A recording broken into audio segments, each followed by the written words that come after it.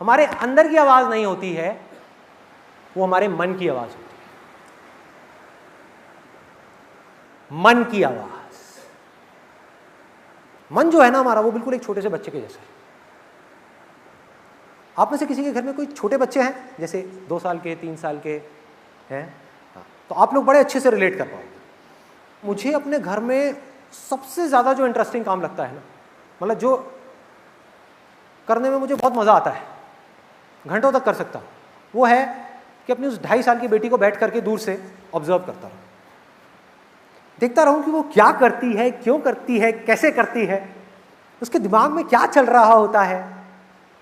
तो मैंने एक बड़ी इंटरेस्टिंग चीज़ वहाँ पर ऑब्जर्व करी है कि उसको आजकल एक नया शौक चढ़ गया है कि उसके पास में एक बार्बी डॉल है और एक डॉक्टर सेट है, उसके साथ में वो खेलती रहती है अकेले। यहाँ तक कोई प्रॉब्लम नहीं। प्रॉब्लम शुरू होती है जब मेरा बेटा स्कूल से आता है।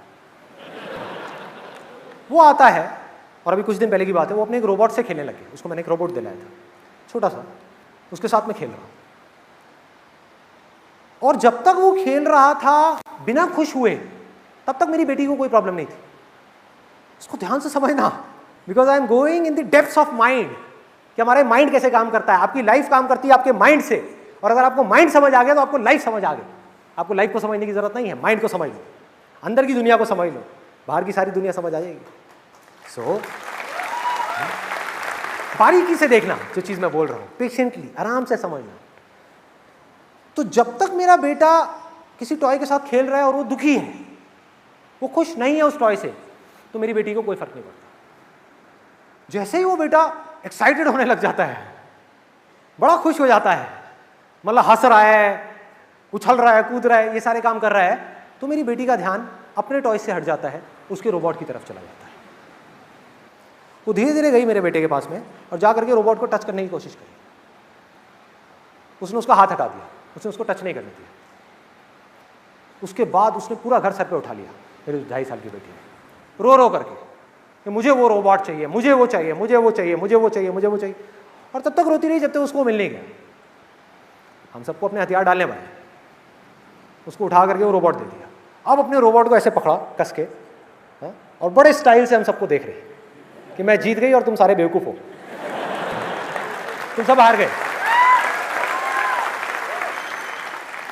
और मेरा बेटा, उसको वही समझाना पड़ता है जो मुझे बचपन में समझाया जाता था, बेटा तू बड़ा है, समझदार है, वो छोटी है, ऐसे ऐसे करके इमोशनल उसको अत्याचार करके थोड़ा सा, फिर उससे वो उसका रोबोट लिया, उसको दिया बेटी को, और वो उस रोबोट से चिपक गई, छोड़ नहीं रही उसको, किसी हालत में नहीं छोड़ रही। मेरा बेटा उसको हाथ भी लगा रहा तो रो रही, ऐसे कर रही, ऐसे कर रही, उसको हाथ नहीं लगाने दे रही अपने रोबोट को।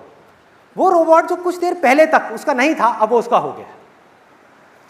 मैंने इस पूरे खेल को देखा, मेरे को समझ आ गया क्या है खेल।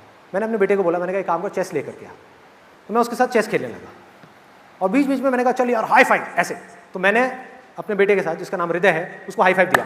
मैंने कहा यार मजा आ गया, ये वो थोड़ा नौटंकी। उधर वो जो बेटी थी जो अपने रोबोट के साथ बैठी थी, उसका ध्यान गया हमारी तरफ, ये इतने खुश क्यों लग रहे हैं ये दोनों।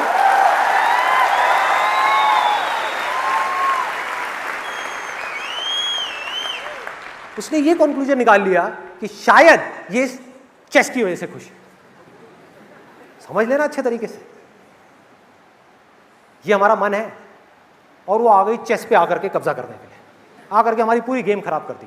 उठा उठा करके वो जो होता है हाथी घोड़ा, ये वो राजा रानी सब उठा करके भागने लग गई, मतलब ले गई। तो मुझे पता था ये होने वाला है। मैंने हल्का सा साइड में आकर के अपने बेटे को स्माइल पास करी। मैंने कहा जा अपना रोबोट ले ले।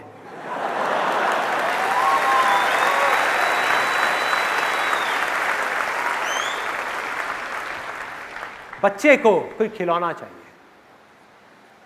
हमारे मन को भी कुछ चाहिए। क्या अच्छा लगता है मन को? वो जिसमें कोई दूसरा इंसान बहुत खुश है। तो हम ये कंक्लूजन निकाल लेते हैं कि वो इस वजह से खुश है क्योंकि उसके पास में ये है।